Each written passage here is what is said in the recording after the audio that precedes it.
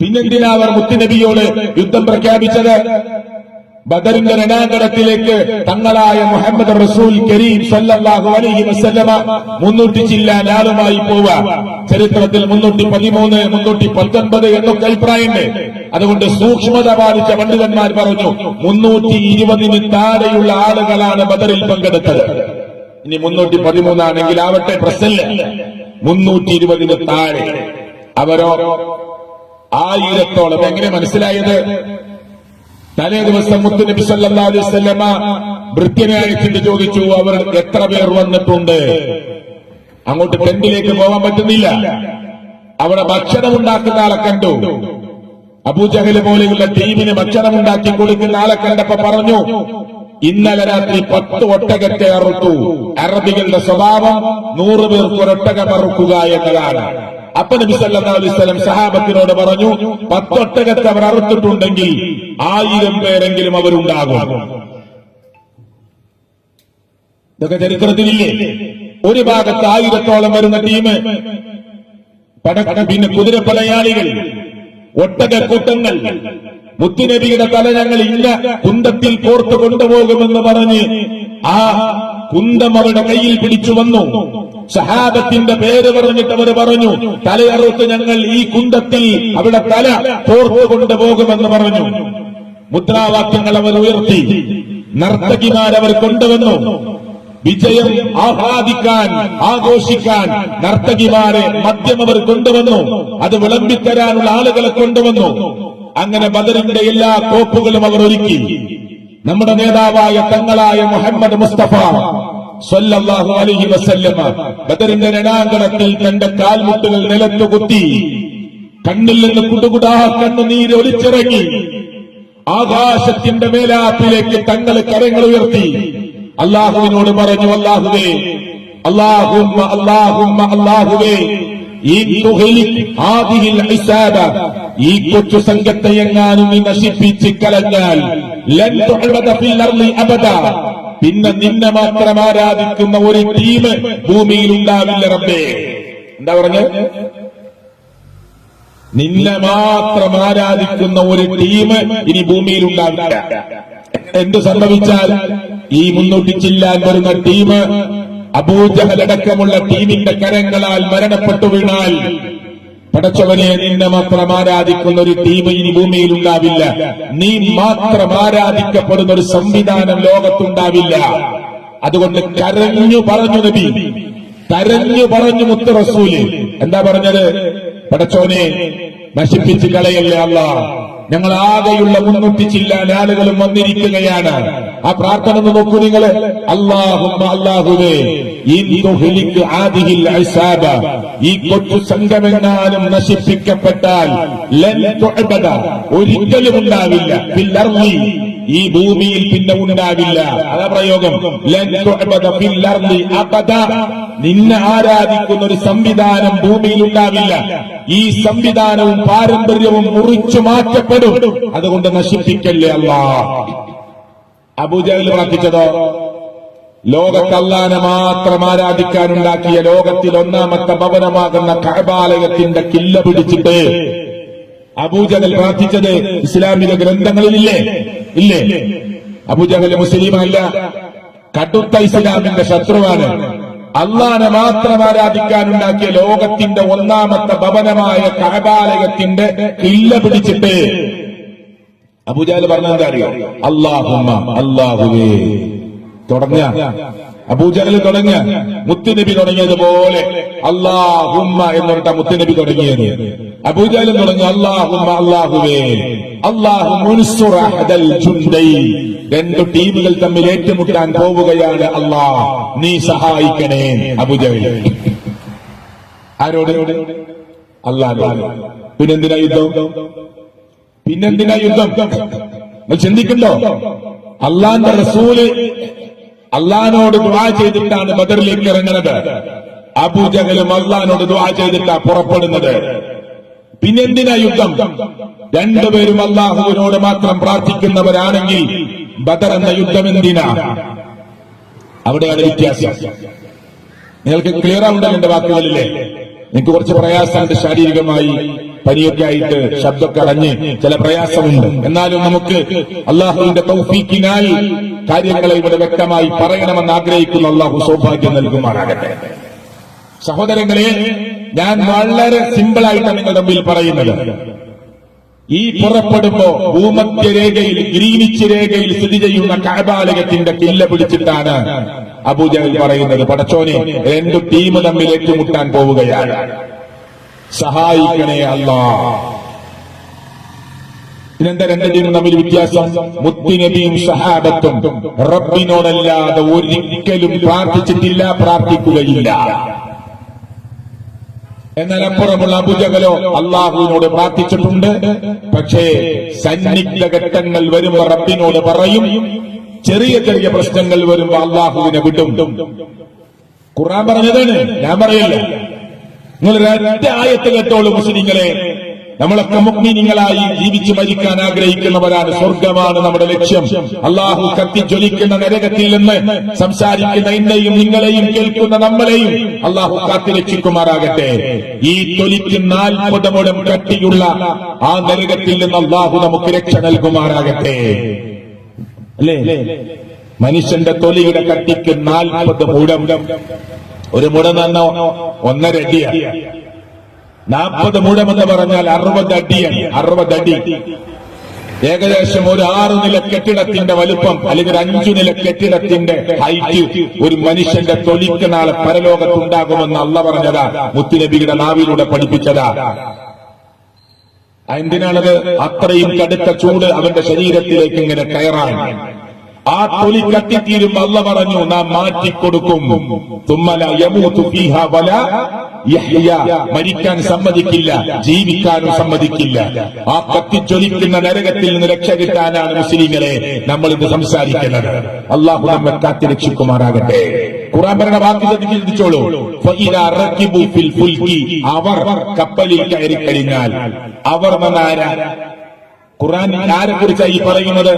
മുത്തുനബിയെ എതിർത്ത ടീമാകുന്ന അന്നത്തെ കാലത്ത് ജീവിച്ച മുശ്രിക്കുകളായ ആളുകൾ അവർ കപ്പലിൽ കയറി കഴിഞ്ഞാൽ, നോക്കിക്കൊള്ളുട്ടോ ഖുർആന്റെ ആയത്താ, ഫഇദാ റകിബു ഫിൽ ഫുൽകി, അവർ കപ്പലിൽ കയറി കഴിഞ്ഞാൽ ദഅവുല്ലാഹ മുഖ്ലിസീന ലഹുദ്ദീൻ. സുബ്ഹാനല്ലാഹ്, കീഴ്വണക്കം, അങ്ങേയറ്റത്തെ വണക്കം അള്ളാഹുവിലേക്ക് സമർപ്പിച്ച് ദഅവുല്ലാഹ്, അവർ അള്ളാഹുവിനോട് ദുആ ചെയ്യുകയാണ്, പ്രാർത്ഥിക്കുകയാണ്. പക്ഷെ അവരുടെ പ്രത്യേകത എന്താണെന്നറിയോ? ഫലമ്മാ നജ്ജാഹും മിനൽ ബർരി, ഈ ആടി ഉലയുന്ന കപ്പലിൽ നിന്ന്, ആർത്തിരമ്പുന്ന തിരമാലകൾക്കിടയിൽ നിന്ന് അവരെ രക്ഷപ്പെടുത്തി കരയിലെത്തിച്ചാൽ, കപ്പലിനെ ശാന്തമാക്കി തിരമാലകളെ ഒതുക്കിക്കൊടുത്ത്, തിരമാലകളെ കീഴ്പ്പെടുത്തിക്കൊടുത്ത്, ആ തിരമാലകളുടെ പിന്നെ ഇളക്കം നിർത്തിക്കൊടുത്ത് കപ്പലുകൾ കരയിലേക്ക് അടുത്താൽ, അവർ കരയിലെത്തിപ്പെട്ടാൽ, പുറമറയാ അവർ കരയിലേക്ക് അവരെ രക്ഷപ്പെടുത്തി കൊടുത്താൽ ഇദാഹും യുശ്രികൂൻ, വീണ്ടും അവർ ശിർക്ക് ചെയ്യുന്നവരായി മാറും. ആര് ഖുർആൻ പറഞ്ഞ ഫഇദാ റകിബു ഫിൽ ഫുൽകി, ഈ കപ്പലിൽ കയറിയ ടീം. അത് ആരെ കുറിച്ചാ ഖുർആൻ പറഞ്ഞ? അങ്ങനെ നബിയെ കുറിച്ച് പറയൂ, സഹാബത്തിനെ കുറിച്ച് പറയൂ? ഒരിക്കലും പറയില്ല. ഇതാരെ കുറിച്ചാണ് ഈ പറയുന്നത്? നബിയുടെ മറുഭാഗത്ത് നിൽക്കുന്ന ശത്രുക്കളായ മുശ്രിക്കുകളെ കുറിച്ചാണ് പറയുന്നത്. അവർ കപ്പലിൽ കയറിയാൽ, അവർ കടലിൽ യാത്ര ചെയ്യുമ്പോ കോലിളക്കം വന്നാൽ അപ്പ വിളിക്കും, അല്ലാഹ് രക്ഷപ്പെടുത്തണേ റബ്ബേ. രക്ഷപ്പെടുത്തി കൊടുത്താലോ ഇദാഹും യുശ്രികൂൻ, വീണ്ടും അവർ ശിർക്ക് ചെയ്യുന്നവരായി മാറും. ഇവര് തമ്മിലാ ബദർ. ഇനി അവർ അള്ളാഹനെ മാത്രം ആരാധിക്കാൻ ഉണ്ടാക്കിയ കഅബാലയത്തിന്റെ മുന്നിലേക്ക് തൽബിയത്തും ചൊല്ലി വന്നിട്ടുണ്ടോ?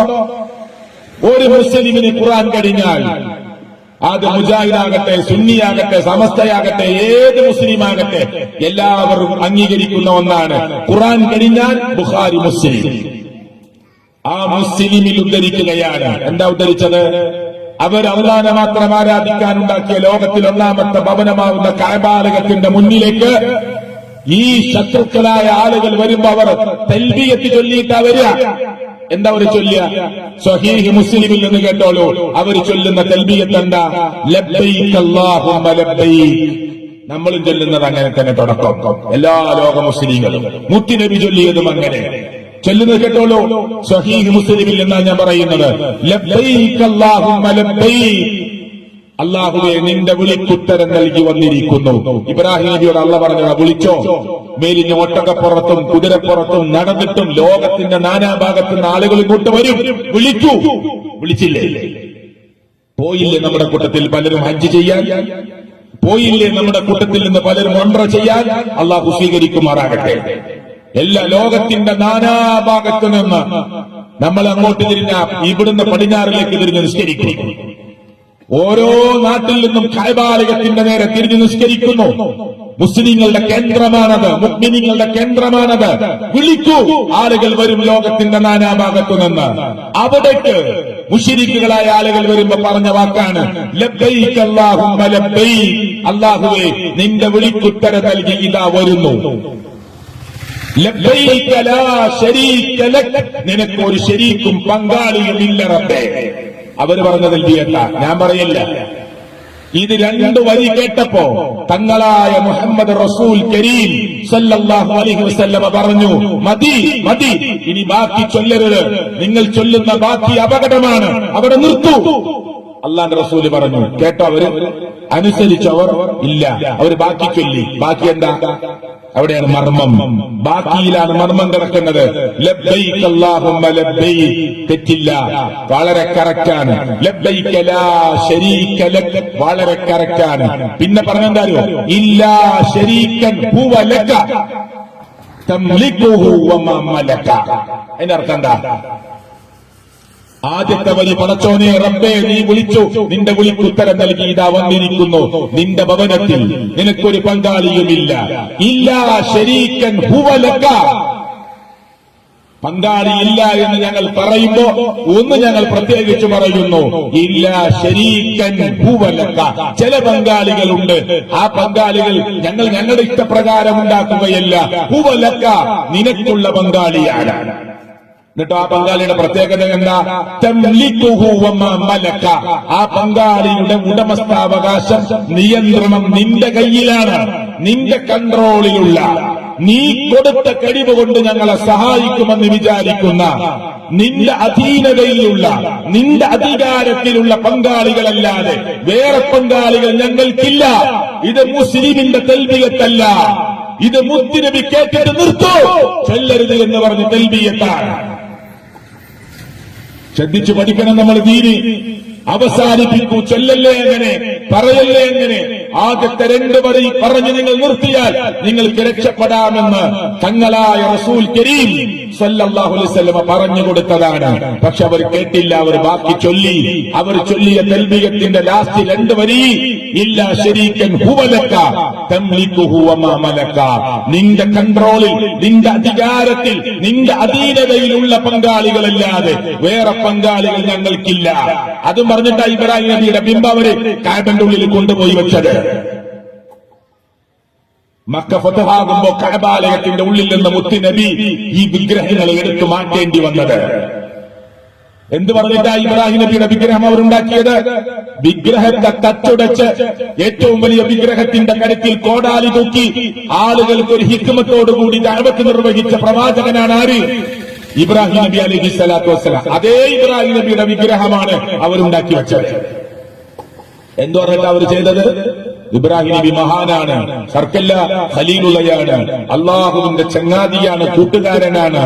അള്ളാഹു ഖുർആനിൽ പറഞ്ഞ ഇബ്രാഹിം നബി ഒരു പ്രസ്ഥാനാണ്. ഇബ്രാഹിം നബി ഒരു വ്യക്തിയല്ല, അതൊരു പ്രസ്ഥാനമാണെന്നാണ് ഇസ്ലാമിന്റെ പ്രമാണം പ്രഖ്യാപിച്ചത്. ആചാര പരീക്ഷണങ്ങൾ കടന്നുപോയിട്ട് തളരാതെ, കുട്ടിയെ കിട്ടാതെ കുറെ കാലം നിന്നപ്പോ കരഞ്ഞു പ്രാർത്ഥിച്ചു മഹാനായ ഇബ്രാഹിം നബി അലൈഹി സ്വലാത്തു വസ്സലാം, സക്കരിയ നബി അലൈഹി സ്വലാത്തു വസ്സലാം. മുസ്ലിം ഉമ്മത്തെ ഗൗരവത്തോടുകൂടി കാണാൻ കരഞ്ഞു ദുആ ചെയ്തു. അല്ലാഹ് കൊടുത്തു ഒരു കുട്ടിയെ. എന്നിട്ട് കുട്ടി തന്റെ കൂടെ എല്ലാറ്റിനും ഒരുങ്ങി, എല്ലാറ്റിനും സഹായിക്കാൻ തയ്യാറായി. വലുതാകുമ്പോ അല്ലാഹ് പറഞ്ഞു അവനെ അറുക്കണമെന്ന്. സുബ്ഹാനല്ലാഹ്, അല്ലാഹുവേ നീ എത്ര പരിശുദ്ധനാണ്. അല്ലേ? നീ എത്ര പരിശുദ്ധനാണ്. നിന്റെ പരീക്ഷണത്തിൽ നിന്റെ ഇഷ്ടപ്പെട്ട അടിമയാകുന്ന ഇബ്രാഹിം അലൈഹിസ്സലാത്തു വസ്സലാം വിജയിക്കുകയാണ്. ഇബ്രാഹിം നബി മോനെ വിളിച്ചു, എന്നിട്ട് പറഞ്ഞു, ഇന്നി അറാ ഫിൽ മനാമി അന്നി അദ്ബഹുക ഫൻദുർ മാദാ തറാ. മോനെ, നിന്നെ അറുക്കണമെന്നതാണ് അല്ലാഹു എന്നോട് സ്വപ്നത്തിൽ പറഞ്ഞിട്ടുള്ളത്. എനിക്ക് സ്വപ്നം കണ്ടിരിക്കുന്നു നിന്നെ അറുക്കാൻ. നബിമാരുടെ സ്വപ്നം സത്യമാണ്, നബിമാരുടെ സ്വപ്നം യാഥാർത്ഥ്യമാണ്, നബിമാരുടെ സ്വപ്നം തെളിവിന് പറ്റുന്നതാണ്. അതുകൊണ്ട് ഇബ്രാഹിം നബി കണ്ട സ്വപ്നം എന്താണ്? ഇന്നി അറാ ഫിൽ മനാം അന്നി അദ്ബഹുക ഫൻദുർ മാദാ തറാ. മോനെ, നിന്നെ അറുക്കണമെന്ന് ബാപ്പ കണ്ടിരിക്കുന്നു സ്വപ്നം. നിന്റെ അഭിപ്രായം എന്താ? മോനെ അഭിപ്രായം എന്താ പറഞ്ഞേ? എന്നെ അറുക്കണമെന്നോ? ഞാൻ ഓടി രക്ഷപ്പെടുകയാണെന്നല്ല.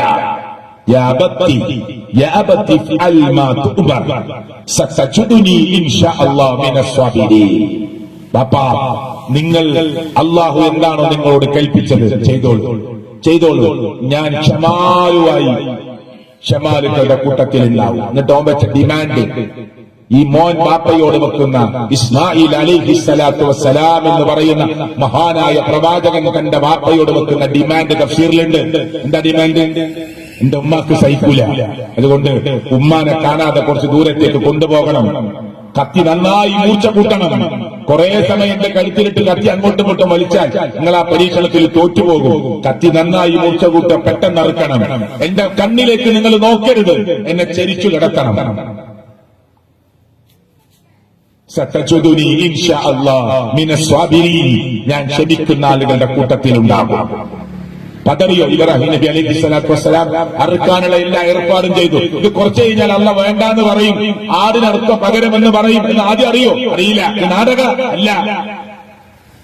ഇത് കുറച്ചു കഴിഞ്ഞാൽ അല്ല വിളിക്കും, എന്നിട്ട് പറയും വേണ്ട, ആടിനറുത്താൽ മതിയെന്ന്. ആദ്യമേ അറിയുമോ? ഇല്ല. സത്യസന്ധമായി അറുക്കാൻ കിടത്തിയതാണ്. പരീക്ഷിച്ചില്ല അള്ളാഹ് ഏറ്റവും ഇഷ്ടപ്പെട്ടവരാ നബിമാർ. അത് അള്ളാഹ് പരീക്ഷിച്ചില്ലേ? എല്ലാ നബിമാരും സാധാരണവരനാണോ? ആകെ 1,00,000-ൽ പരം നബിമാരാ ലോകത്ത് വന്നത്. ഖുർആനിൽ ആകെ പേരെടുത്ത് പറഞ്ഞത് 25 നബിമാരുടെ പേരാ. എന്നിട്ട് എല്ലാ നബിമാരും സാധാരണവരനാണോ? അല്ല. മറ്റാൾ ആളുകൾ ആക്രമിച്ചു കൊന്നിട്ടുണ്ട് നബിമാരെ. എന്താ അങ്ങനെ? അള്ളാഹ് ഏറ്റവും ഇഷ്ടപ്പെടുന്ന നബിമാർക്കെങ്കിലും ഒരു പ്രൊട്ടക്ഷൻ അള്ളാഹ് കൊടുത്തൂടെ? എല്ലാവർക്കും പരീക്ഷണം വരും. ആ പരീക്ഷണത്തിൽ പതറാതെ നിൽക്കണം. നബിമാർ നമ്മുടെ മുമ്പിൽ മാതൃകയാണ്. മുഹമ്മദ് റസൂൽ കരീം സല്ലല്ലാഹു അലൈഹി വസല്ലമയുടെ പല്ല് പൊട്ടിയില്ലേ? മുത്തുനബി സല്ലല്ലാഹു അലൈഹി വസല്ലമയുടെ കാലിൽ നിന്ന് ചോര വാർന്നൊലിച്ചില്ലേ? തായിഫിന്റെ മണ്ണിലേക്ക് അഭയം കിട്ടുമെന്ന് വിചാരിച്ച് ചെന്നപ്പോ ഉമ്മാന്റെ നാട്ടുകാര് കയറുകൊണ്ടും വടികൊണ്ടും കല്ലുകൊണ്ടും എറിഞ്ഞ് മുത്തുനബി കിതച്ചോടിയില്ലേ? ഒരു മലയുടെ ചെരിവിൽ വന്ന് കിതച്ചിരുന്നപ്പോ മലകളുടെ കൂട്ടിയുള്ള മലക്ക് വന്നിട്ട് പറഞ്ഞില്ലേ, തായിഫിന്റെ 2 മലകൾ തമ്മിൽ കൂട്ടിയടിപ്പിച്ച് ഈ തായിഫിലെ മനുഷ്യരെ മുഴുവനായി ഉന്മൂലനം ചെയ്യാൻ അല്ലാഹുവിന്റെ ഓർഡറുണ്ട്, നിങ്ങളുടെ സമ്മതമുണ്ടെങ്കിൽ എന്ന് പറഞ്ഞില്ലേ? നിങ്ങളുടെ സമ്മതമുണ്ടെങ്കിൽ മുത്തുനബി പറഞ്ഞു സല്ലല്ലാഹു അലൈഹി വസല്ലമ, വേണ്ട റബ്ബേ, വേണ്ട അല്ലാഹു ഖൗമി ഇന്നഹും ലാ യഅലമുൻ. പടച്ചോനെ, അറിയാത്ത സമൂഹമാണ് ഈ സമൂഹം, വിവരമില്ലാത്തത് കൊണ്ടാണ് അവര് നന്നാവും. പടച്ചവനെ പുറത്തു കൊടുക്കുക അല്ലാഹ് പറഞ്ഞില്ലേ? ആര്?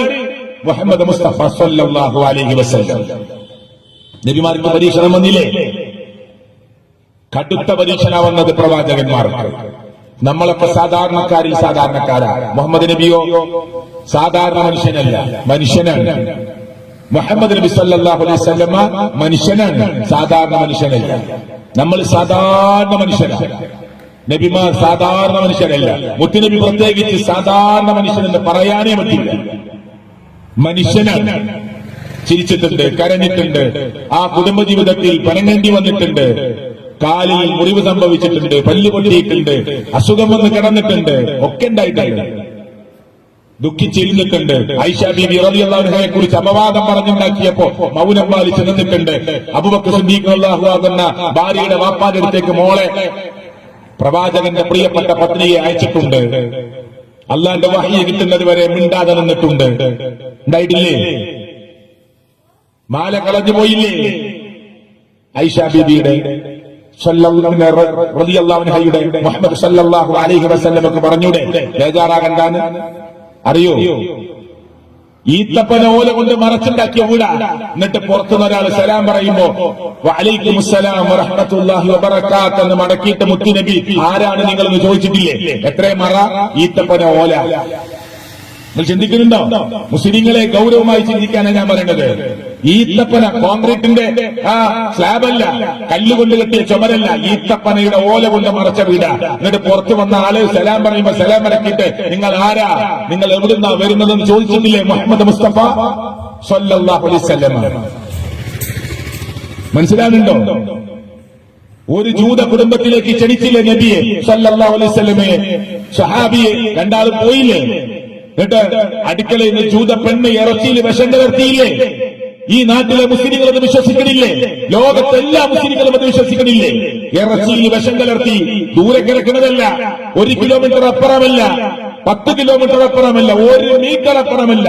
തന്റെ മുന്നിൽ വെച്ച ഭക്ഷണപാത്രത്തിലെ ഇറച്ചിയിൽ വിഷം കലർത്തി ഈ ജൂത കുടുംബം. അടുക്കളയിൽ നിന്ന് മെല്ലെ നബിയെ ക്ഷണിച്ചിട്ട് അവരെ കൊല്ലാൻ, ചതിക്കാൻ ഇറച്ചിയിൽ വിഷം കലർത്തി മെല്ലെ പ്ലേറ്റ് മുന്നിൽ വെച്ചു കൊടുത്തു. വളരെ ചിരിച്ച് സന്തോഷിച്ച് കഴിക്കാൻ പറഞ്ഞു. ബിസ്മില്ലാ, അള്ളാന്റെ നാമം ഉച്ചരിച്ച് സഹാബി ഇറച്ചിയെടുത്ത് വായിലേക്ക് ഇട്ട് ചവച്ച് വയറ്റിക്കിറക്കി. നബി സല്ലല്ലാഹു അലൈഹി വസല്ലമ ഒരു കഷ്ണമെടുത്ത് വായിലിട്ട് ചവച്ചോണ്ടിരിക്കുക. അള്ളാഹ് വഹി അറിയിച്ചു, നബിയെ തുപ്പിക്കളയണം. പ്രവാചകൻ കാർക്കിച്ച് തുപ്പി. സ്വഹാബി അപ്പോഴേക്ക് വയറ്റിക്കിറക്കി. സ്വഹാബി പടഞ്ഞു മരിച്ചു. നിഷേധിക്കോ മുസ്ലിങ്ങൾ ആരെങ്കിലും, പണ്ഡിതന്മാരാരെങ്കിലും നിഷേധിക്കോ? മുത്ത് റസൂൽ സല്ലല്ലാഹു അലൈഹി വസല്ലമക്ക് ഈ ഇറച്ചിയിൽ വിഷമുണ്ടെന്ന് അറിയുമെങ്കിൽ സഹാബിനോട് പറയില്ലേ? മിണ്ടാതിരിക്കും.